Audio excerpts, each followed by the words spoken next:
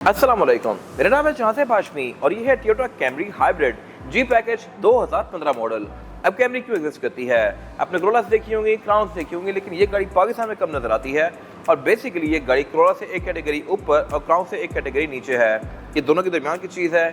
Engine से 75 hybrid है, वैसा ही जैसा कि क्राउन में आता है, लेकिन ये गाड़ी फ्रंट व्हील ड्राइव होती है। इसमें ऑल व्हील ड्राइव वाली गाड़ी भी आती है, लेकिन वो गाड़ियाँ बहुत कम होती हैं। ये गाड़ी वर्ल्ड वाइड बहुत ज़्यादा पॉपुलर है, मेनली अपनी रिलायबिलिटी और पावर के लिहाज से। ये गाड़ी बहुत सारी कंट्रीज में एज अ टैक्सी भी यूज होती है, क्योंकि ये गाड़ी बहुत ज़्यादा ड्यूरेबल है और रगेड है, प्लस एवरेज पीएचसी ऑफर करती है। ये सब चीज़ें मैं कवर करूंगा आगे जाके इस रिव्यू में। फिलहाल अगर बात की इस गाड़ी की प्राइस की, तो इसकी डिमांड 86 लाख है। ये सेगमेंट मोटरस्पोर्ट के पास अवेलेबल है, और अगर आपने इसके बारे में कोई इन्फॉर्मेशन लेनी है तो आप दिए गए नंबर पर कॉल कर सकते हैं, या फिर आप सेगमेंट मोटरस्पोर्ट को विजिट कर सकते हैं, जो कि रावलपिंडी में DH2 के केबल के ऑपोजिट लोकेटेड है। हमारी एक और ब्रांच भी है रावलपिंडी में, मरी रोड पे। Overall it's a good car and today I am going to review it.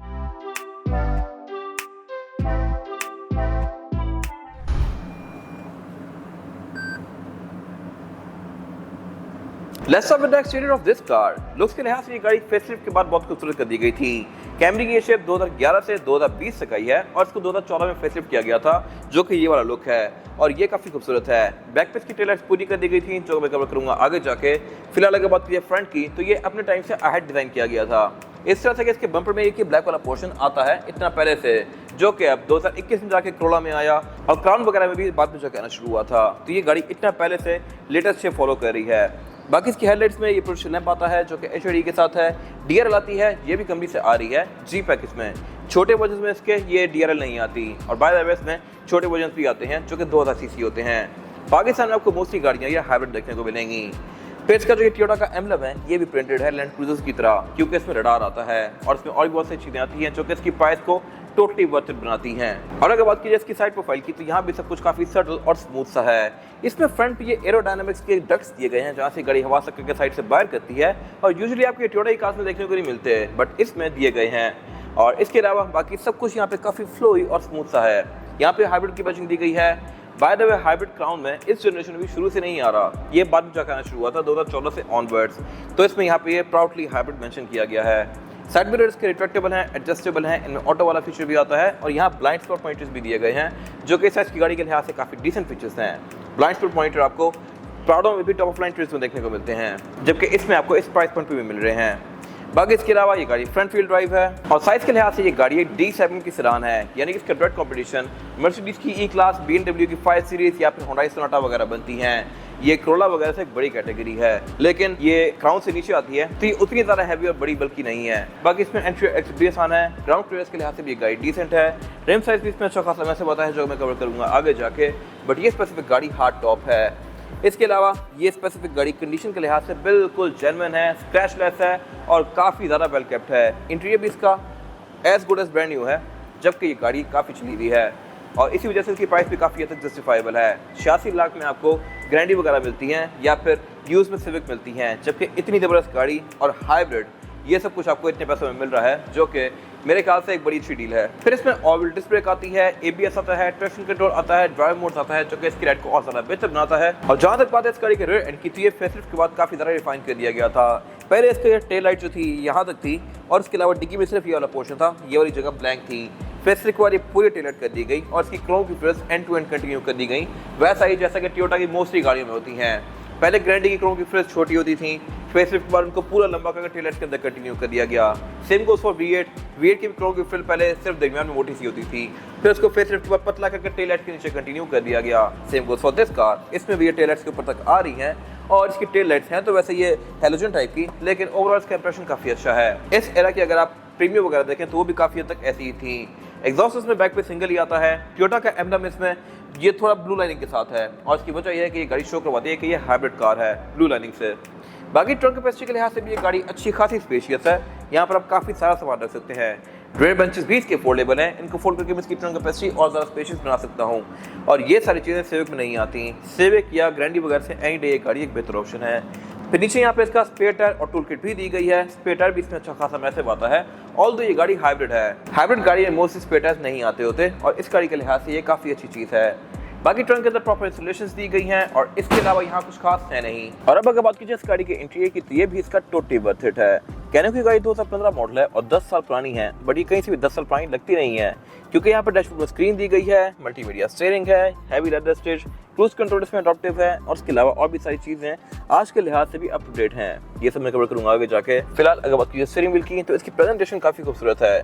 ये 2011 से इस गाड़ी में ऐसा आ रहा है और इसके अलावा इसमें हेडलाइट्स भी ऑटोमेटिक हैं, जो कि डे ऑन नाइट को सेंस करके ऑटोमेटिकली ऑन और ऑफ होंगी। और जहां तक बात है इसके मीटर की, तो ये लुक्स के लिहाज से काफी खूबसूरत है और ये रीवो के मीटर से काफी हद तक मिलता जुलता है। इसमें कुछ वैसे ही कलर इफेक्ट्स दिए गए हैं। बाकी ये गाड़ी क्योंकि हाइब्रिड है, तो इसमें लेफ्ट पे आरपीएम की बजाय इसकी हाइब्रिड का चार्ज इंडिकेटर दिया गया है। सेंटर में 4.2 इंचेस का एमआई डिस्प्ले है, जो कि आपको इस गाड़ी की बहुत सारी चीजें शो करवाएगा, जैसे कि ट्रिप्स, एवरेज किलोमीटर पर लीटर, अर्थ टेम्परेचर, गाड़ी की स्टैट्स, हाइब्रिड की स्टैट्स, और ये सब है भी प्रॉपर कलर, वैसा ही जैसा कि अब की नई गाड़ियों में आ रहा है। इस एरा में ग्रैंडी का डिस्प्ले बिल्कुल पिक्सेलेटेड था, बट इसमें वही डिस्प्ले है जो कि आज की ग्रैंडी में है। Nice attention to detail. फिर इसके अलावा अगर बात कीजिए मीटर की हाउसिंग की, तो ये भी पूरी ही लेदर स्टिच्ड है। डैशबोर्ड इसका लुक्स के लिहाज से भी काफी ब्रॉड है और इसके डैशबोर्ड में 3 स्पीकर्स दिए गए हैं। एक सेंटर में सबवूफर है, 2 स्पीकर हैं साइड पे। इसमें साउंड सिस्टम भी प्रीमियम आता है। फिर इसके अलावा एयरवेंट्स वगैरह नॉर्मल है। मल्टीमीडिया का फीचर्स के लिहाज से वैसा ही जैसा कि मोस्टली गाड़ी में होता है। इसमें ब्लूटूथ, ऑक्स, नेविगेशन, यूएसबी ये सब आता है। सीडी भी डलती है। फिर नीचे क्लाइमेट कंट्रोल दिया गया है, जो कि डुअल जोन है। इस एरा में कोई भी गाड़ी dual zone climate control offer नहीं करी थी पाकिस्तान में। फिर इसमें नैनो भी है, जो कि डस्ट पार्टिकल फिल्टर है, और इसके अलावा इसके साइड मिरर भी हीटेड हैं। ये भी अगेन एक अच्छा फीचर है।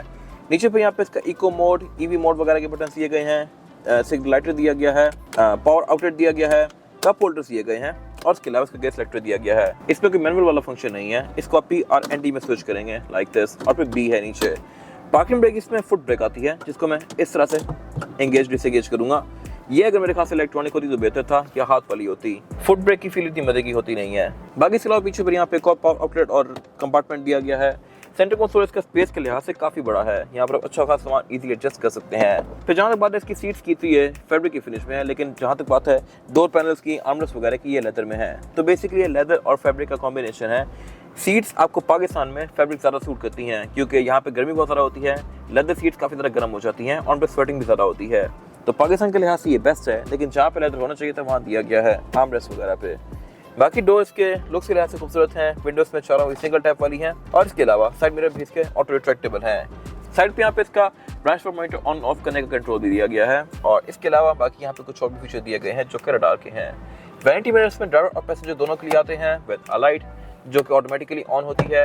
रियर व्यू मिरर इसका ऑटो डिमिंग फीचर के साथ है, बट ये गाड़ी है हार्ड टॉप, लेकिन स्टिल यहाँ पे एमेनिटीज अच्छी खासी दी गई हैं। फिर यहाँ पे सनग्लास होल्डर भी है। कैबिन लाइट्स भी इसकी LED में है। और अगर बात की इसमें पैसेंजर्स के लिए सीटिंग कैपेसिटी की, तो ये भी बैक पे डिसेंट है। मेरे पास यहाँ पे लेग रूम का भी कोई इशू नहीं है और हेडरूम का भी। एमेनिटीज भी यहाँ पे अच्छी हैं। इस तरह से रियर पैसेंजर्स के लिए एयर वेंट्स हैं, सीट बेल्ट्स हैं, आइसपैक्स के पोर्ट्स हैं और एयर बैग्स भी हैं। लेकिन इस गाड़ी में एक चीज़ इंटरेस्टिंग है, वो ये है कि इसके सेंटर में जो कैबिन लाइट्स हैं ये LED में हैं और नॉर्मली ऑन होती हैं, लेकिन सेंटर में एक और बटन दिया हुआ है जिसपे मून बना हुआ है। ये बेसिकली इसकी नाइट लाइट है, जो कि सेंटर में काफ़ी छोटी सी दी गई है, और अगर आप इसको ऑन करते हैं तो ये रात में आपके ऊपर यहाँ पर रिफ्लेक्ट करेगी और एक बड़ा क्यूट सा इफेक्ट देगी। आगे से ये चीज़ ऑन ऑफ नहीं हो सकती, पीछे आप इसको अलग से ऑन ऑफ भी कर सकते हैं। तो ये फीचर मैंने पहली बार किसी गाड़ी में देखा है। बाकी इसके अलावा सेंटर कंसोल इसका साइज के लिहाज से भी डिसेंट है। ये आर्मरेस्ट भी यूज़ किया जाता है, इसको आप एज एन आर्मरेस्ट यूज़ कर सकते हैं, और यहाँ कप होल्डर्स भी दिए गए हैं, और बाकी यहाँ पे प्रॉपर हेडरेस्ट भी हैं। हाइब्रिड कैमरे में जो आप एक अनयूजुअल चीज़ नोटिस करेंगे वो ये है कि इसकी पिछली सीट्स के साइड पे काफ़ी बड़ा सारा एक डक्ट दिया गया है हवा के लिए। ये बेसिकली वेंटिलेशन है इसके हाइब्रिड की बैटरीज के लिए, और ये आपको मोस्टली हाइब्रिड की बैटरीज में देखने को मिलेगी।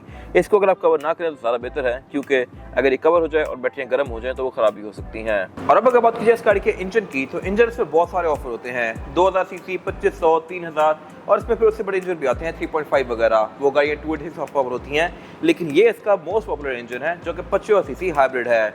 ये इसमें शुरू से नहीं आ रहा, कुछ टाइम बाद आना शुरू हुआ था, और ये गाड़ी इसके प्रीवियस वर्जन 2.0 या 2.5 वाली गाड़ियों से तकरीबन 40% तक ज़्यादा फ्यूल इकोनॉमिकल है। ये एवरेज आपको 15 तक की आराम से दे सकती है, जो कि इतनी बड़ी गाड़ी के लिहाज से काफ़ी अच्छी एवरेज है। प्यार से चलाने पे ये गाड़ी 20+ भी जा सकती है। बाकी ये इंजन 2ARFXE है, जो कि 200 हॉर्स पावर प्रोड्यूस करता है, और अगेन ये फिगर बॉडी साइज के लिहाज से एक अच्छा फिगर है। इंजन बेस का काफ़ी टाइटली पैक्ड है, क्योंकि यहाँ पे इलेक्ट्रिक मोटर, इंजन, काफ़ी सारी चीज़ें दी गई हैं।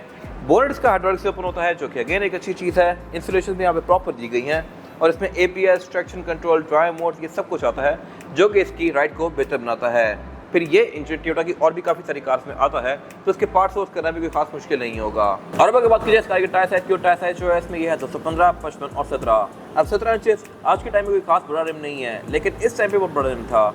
मोस्टली गाड़ियाँ इस टाइम पे सिविक हो गई, ग्रैंडी हो गई, सब में 15 इंचेस के रिम आया करते थे और 17 इंचेस का रिम यूजुअली आपको प्राडोस में देखने को मिलता था, जबकि इसमें भी दिया गया था।